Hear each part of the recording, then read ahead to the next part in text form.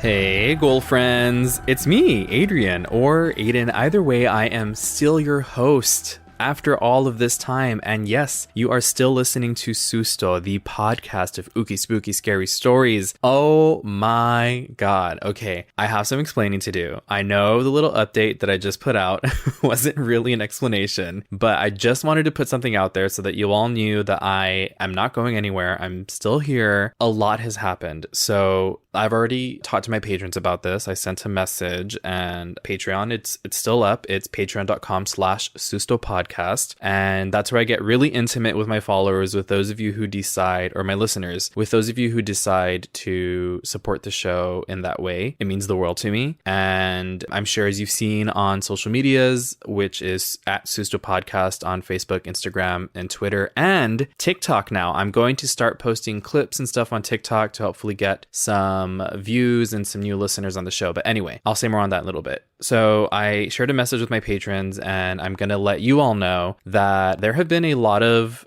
updates, a lot of life changes for me in the last couple months. So, of course, as many of you know, I graduated.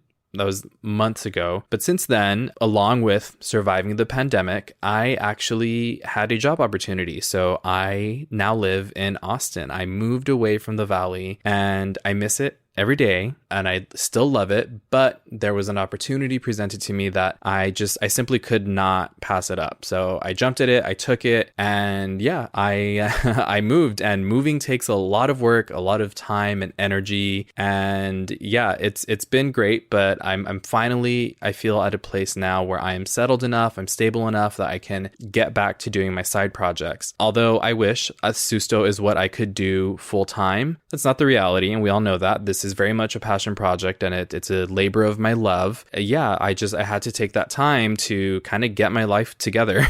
On top of that, one of our cats, and I actually haven't really even said this publicly, I've only told family and friends that know me very personally, but one of our cats passed away, and that was really, really hard. It still is really hard. It's been a little over a month now, and so when I finally felt like, okay, I'm in a good place, I can jump back into things, that happened. And it was very sad, and I feel like I've cried about it. I feel like I've already cried what I could cry about it, when you just get to that point where you're like, I just don't have any tears left. That's so sad, right? It's so depressing, but that's really that's what it's been. We had him for a very long time. He was 14 years old, so he actually outlived the life expectancy for a healthy house cat. He was an old man, and he was very sick, and he actually was very sick for a couple years, and we did everything we could to take care of him and make him better and make him comfortable and happy until that just wasn't possible anymore. It's one of those things that happened very slowly and then all at once. I won't go into too many details about that, but I just wanted to let you all know, this is a place.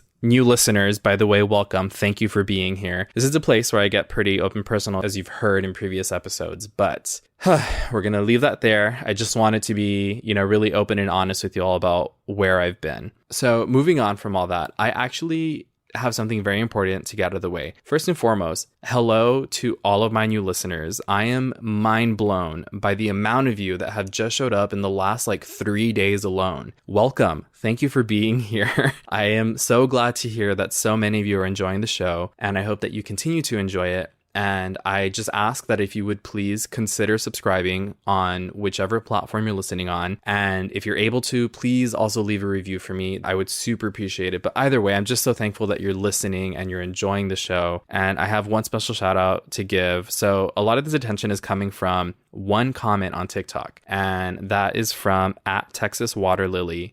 Thank you so much. You have no idea how much I appreciate what you did just by mentioning me, saying, hey, I really like this show. I think you all would like it too. It's been amazing. Someone said that they think you single-handedly revived the show. And you know what? You probably did. You gave me that energy. You gave me that momentum and a reminder really of how much I love the show, just seeing how much other people love it and listening to older episodes and being like, I've been binging this. I've been listening nonstop. When's the next one coming out?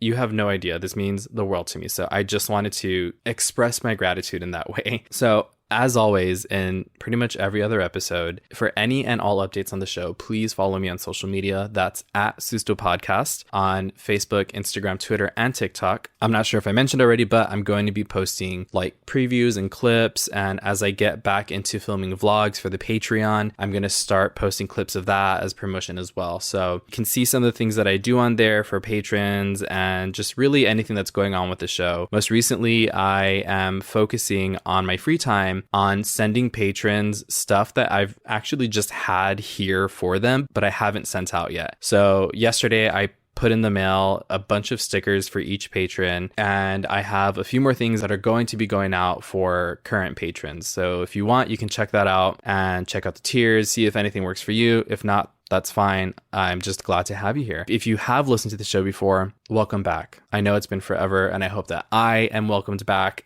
even though I've been gone. I'm super glad to be back. My goal for 2022, Happy New Year, by the way, is to upload more consistently. So this episode I'm very excited for it because I feel like I finally have enough. I mean, it's only 3, but still, they're 3 like perfect length, well-told stories from 3 of my listeners. And I'm so excited because I've always wanted to do an episode like this where I just share you all stories, because that's, how this show was born, was just from family, friends, parents, whoever, just growing up, all the people around me sharing these stories. That's why this show was born. And so I've really been wanting to share my listeners' stories. So I have 3 of them that are enough to do a full episode around them, which I'm super, super excited about. If you want to share your own story, please do not be shy. Do not be afraid. Do not be nervous. Send it to me. You can email it to sustopodcast@gmail.com, or you can send a DM on any of the social medias at sustopodcast, Facebook, Instagram, Twitter, TikTok, if they fit in the DMs, or you can leave it in a review. If you leave it in a 5-star review, that would be great, so that if people go look for the show, they see the review and they see someone sharing their story, and that encourages them, and then they, it's like a ripple effect. Like I want to get this going where we're all just sharing stories with each other, and I want to be able to tell your stories. Also, if you have like a video, a picture, an audio recording, like any piece of media that you want me to share, I've had people submit like creepy videos where they've captured, we'll just say, activity. They've sent those to me and I've posted them on the social medias as well. So I will find a way to platform your experiences if you want to do that, which, let me tell you, other people would love. I would definitely love it. So I don't want you to be scared or nervous to send that stuff in. If I have any other updates for the show, you already know where to find them. That's going to be on the social medias. Where? Susto Podcast. That's right. Thank you. Perfect. You're amazing. With that being said, we're going to start with this episode that I am calling Letters from the Beyond.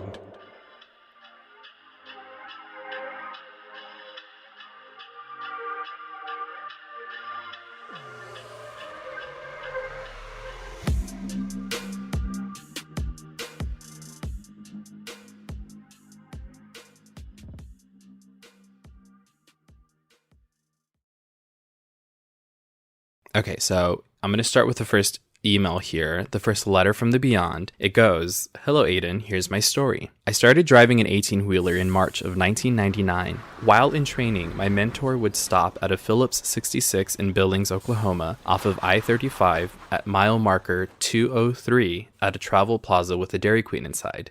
Once I got my solo status, I made that travel plaza my go-to spot for food, fuel, shower. One night, maybe 5 months in of being solo, I was driving southbound from St. Joseph, Missouri, drove through Kansas and into Oklahoma, and knew where I was going to stop for fuel and food.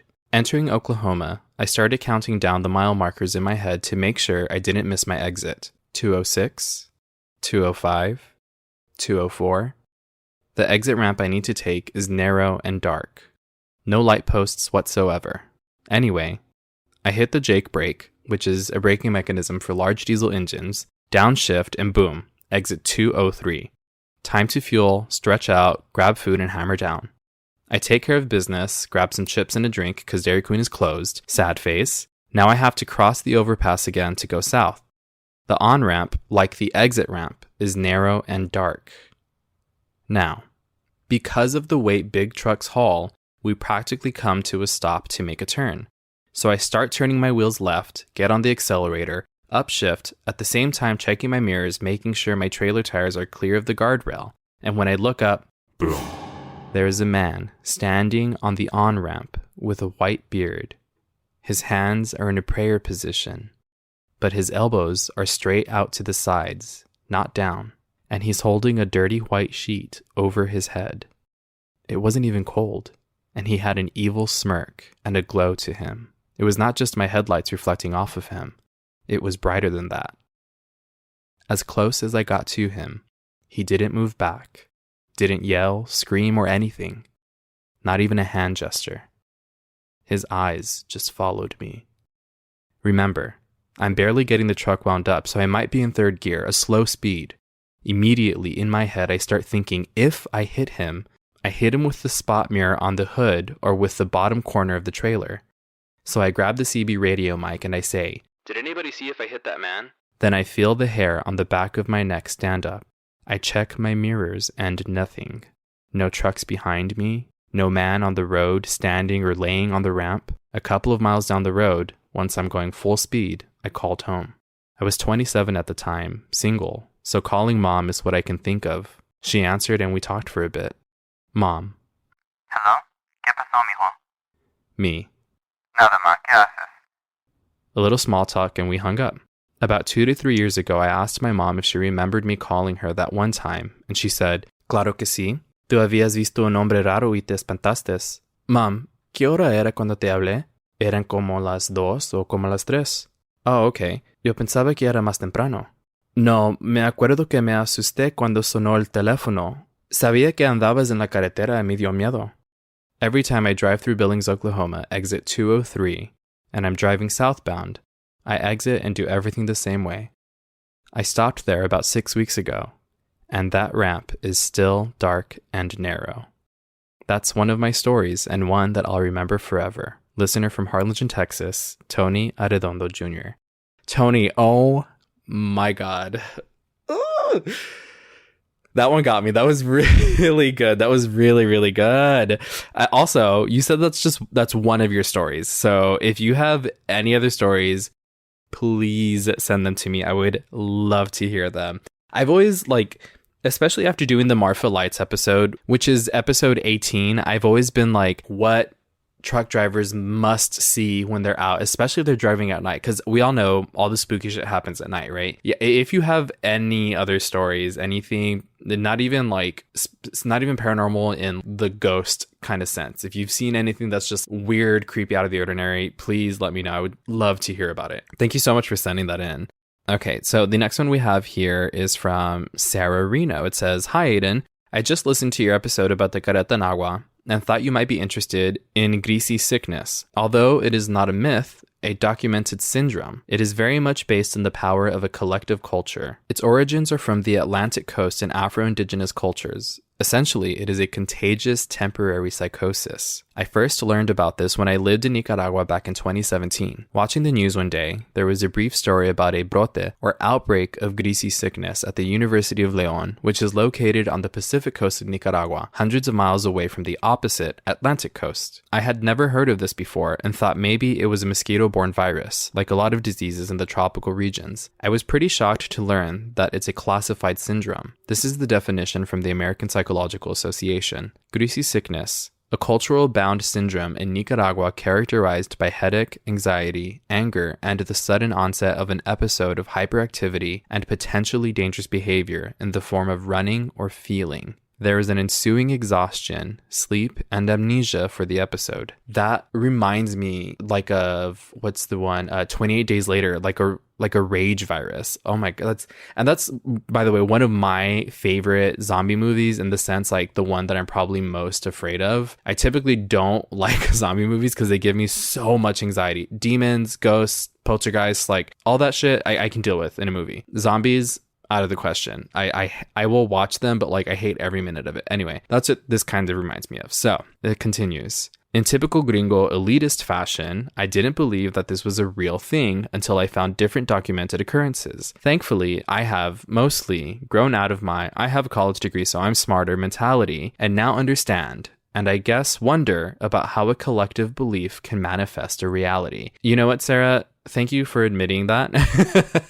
I feel like a lot of people are not comfortable enough admitting yeah, okay, maybe I was being a certain way, but thank you for doing that. It's the least you could do, right? Anyway, I'm kidding. So Sarah continues, side note, in the TV news mention of the outbreak of greasy sickness, it specifically mentioned that university students affected were all from the Atlantic coast and had not impacted any non-Atlantic origin students. I lived in Nicaragua for 4 years, and my husband grew up in a small town on Ometepe Island. I have several stories, some more compelling than others, about mythological or paranormal occurrences in Nicaragua, and specifically from Ometepe Island. It's a pretty interesting little place, and I'll include some links at the bottom. Thank you. My favorite family story is regularly recounted about my husband's uncle in his younger days. Apparently, back in the 80s, before there was an indoor bathroom in the family home, my husband's grandma insisted, all caps, insisted that the aforementioned uncle never go alone to the outhouse at night. Why would a grown-ass man need a bodyguard to go to the bathroom at night? La Mona, an ethereal woman who lures men, especially those known to be womanizers, into the dense jungle-like vegetation on the side of the island's volcano, just like La Cigapa or La Sayuna, which is episodes 27 and 31, if y'all want to check those out. Once she has the man within reach, she either scares them into a traumatized state or kills or mutilates him. Instead of having a horse face, though, she has the face of a monkey. Anyway, I thought it was kind of cool that this iteration of mythological woman who attacks cheating men has the face of an animal that is more regionally typical. There are tons of howler monkeys on the island, and you can regularly hear them like you would hear roosters. I also think it's funny in a fucked up way that Abuela knows her son is a womanizer, and instead of openly disapproving of her son's macho sexist behavior, she is resigned to it and essentially perpetuates the patriarchy into the next generation. Woof. Okay, if you made it this far, thanks for reading Tales from Ometepe, Nicaragua. Thank you, Sarah. That was amazing. Also, yeah, when I read this just now, I was like, why is she sending someone to protect this man if La Mona only attacks womanizers? Like, so you know that your son is a womanizer. You know what? Again, I'm rooting for the femme cryptid in the story. You know what, La Mona? Take him. Get him. Llévalo. Good for her. Anyway, so Sarah, thank you so much. That was really cool. I'm gonna try to include extra links. So Sarah, thank you for including these links down here. I'm gonna throw in some extra ones. And as always, if you want, you can find the Susto Google Docs on patreon.com/Susto Podcast. If you're a patron, you have access to this. And so the Google Docs, if you're new here, are basically like my scripts. And that's where I throw in like extra context whenever I get the chance. So I have some links here about both La Mona and the greasy sickness that I'm going to toss in for anyone who's curious. That was really cool. And it's just like another, you know, again, like femme cryptid that is punishing piece of shit men. Maybe I'll do a story on La Mona. That sounds really cool. Okay, so this is my final submission that I have here. Again, y'all, I would super appreciate it if you would send in your letters from the beyond. You can send those to sustopodcast@gmail.com, DM me on social medias at sustopodcast, or leave in a 5-star review. You know the spiel, you know it. I just want to remind you and encourage you to please share them so that I can do more episodes like this. Okay, anyway, this last one is from Liz Gonzalez. She says, I just love your podcast. Thank you, me too. I just found it and started listening from the beginning. Keep it up. Gave you 5 stars, by the way. There you go, Liz. Everyone be like Liz. Go give the 5 stars. Go hit the subscribe button. Thank you, Liz. I give you 5 stars. Okay, so Liz writes, okay, so as most Mexican Americans growing up in California, my parents were always going on vacation to Mexico in the summer. If both couldn't go, one of them went with the kids while the other stayed, or they just sent me since I was the oldest at that time. And my parents wanted me to be more around family, and I guess wanted the best experience in Mexico rather than wasting my summers in Cali. The last time I went as a minor, I was 17, around 2002. The day before I got there, my cousins told me that our uncle, as well as others in the small town in Jalisco, heard La Llorona. We used to spend our nights up on the roof and tell stories since our grandma wouldn't let us be in the streets late. Relatable. I always stayed with my grandparents when I was visiting alone. But the night before coming back to the States, I wanted to sleep in my mom's house, which is 5 minutes away from my grandma's. At the time, my older sister and her family were staying at my mom's while her house was being built. Before I went to bed, I said to myself, I hope I hear La Llorona before I go to sleep. Why would you say that? Liz, you know what, Liz? I'm taking 1 star away for trying to summon La Llorona on yourself. Actually, you know what? I'm giving you the star back. That's pretty brave. I would I would never do that. You're probably the type of person that tried to like convince other people to say Bloody Mary 5 times with you in the restroom, right? You're that girl. I know it because I hung out with that girl when I was young. I was too scared to be that girl, but you are her. So kudos to you for being brave. Okay, anyway, Liz continues. I went to sleep in a room where a lot of weird things happened to my dad. He got his feet pulled by cold hands, took a nap on the bed, and woke up on the floor. And since all that happened, I guess my parents spoke to someone that came by with varillas or rods that moved on their own, indicating something was in that room.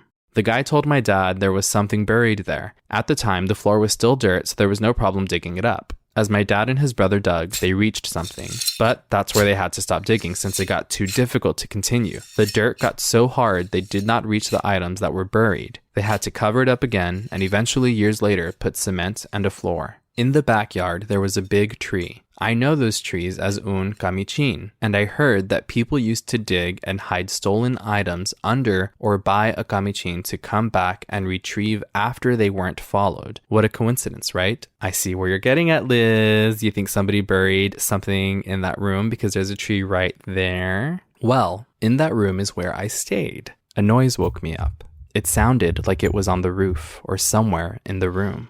I didn't know what it was. Then the noise got closer and closer. I tried moving but couldn't. I was frozen. Then after the noise went away, I felt something go through my body. I was frozen. It felt like forever. When it passed, I looked up at the time and it was around 2 a.m. I tried looking out the window from my bed that faced out where the old kamichin tree was at, but I was too scared to get up. So I just stayed in bed and fell back to sleep. In the morning, I went to my sister and told her what happened. She told me that I should have woken her up, but I was too scared to get out of bed at that time. Later, I told my cousins and they told me that other people heard of that too. That what I heard was la careta. Hope you like it. Liz, I didn't like it. I loved it. That was so good. So here's the thing so you said that other people told you that you heard la careta, which I'm guessing is the careta nagua, but that's like a cart from episode 29, la careta nagua. I describe it as like the death cart. I think that what happened to you was, and this is my opinion, your story is your story. I cannot change that. But based on what I know in the stories that I've done, I think that what you experienced was sleep paralysis, and that actually what you heard or what visited you was La Pisadera. That's from episode 16, if anyone wants to check that out. So La Pisadera is kind of like, they also call her the night hag, but she's Brazilian. That's where the story's origin is from. But again, as we've seen from like all of these stories, is there's so many different versions of them and they all have different names, but they might be the same thing. And a lot of the details are super similar. So maybe people in that area call it La Careta, but from what I researched,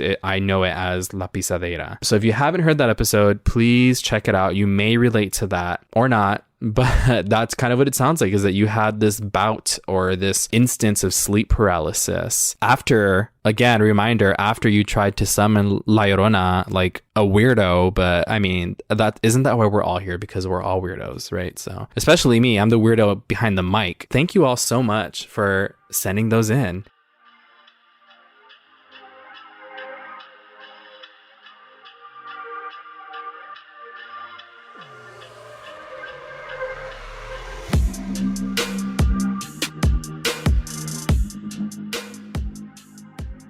Oh my God. What a fun episode. Listen, please, listen. That's me putting my hands together. I am, please, practically begging. I won't beg you, but I am asking very vehemently and very politely and very almost desperately to please send in your own letters from the beyond. I would love to share your stories. I would love to read them. And if you want, you can email me, but then if you don't want anybody to know that you sent it in, just put that in the email. Just be like, use a made up name or don't use a name at all, or like change this detail or whatever. Like, I just want to share share these stories. And more than anything, it's really selfish. I just want to hear them myself. Like, I love hearing people tell their own stories, even if I'm just reading it, like if they're typing it. And yeah, I want to share your stories with each other. So I'm not even going to tell you how to submit the stories because I've said it like 10 times already and I don't want you to hate me. But I will ask you one final time to please subscribe to the show wherever you're listening and leave a review. One thing I didn't mention earlier, and this will probably be one of the last things before I go, is that I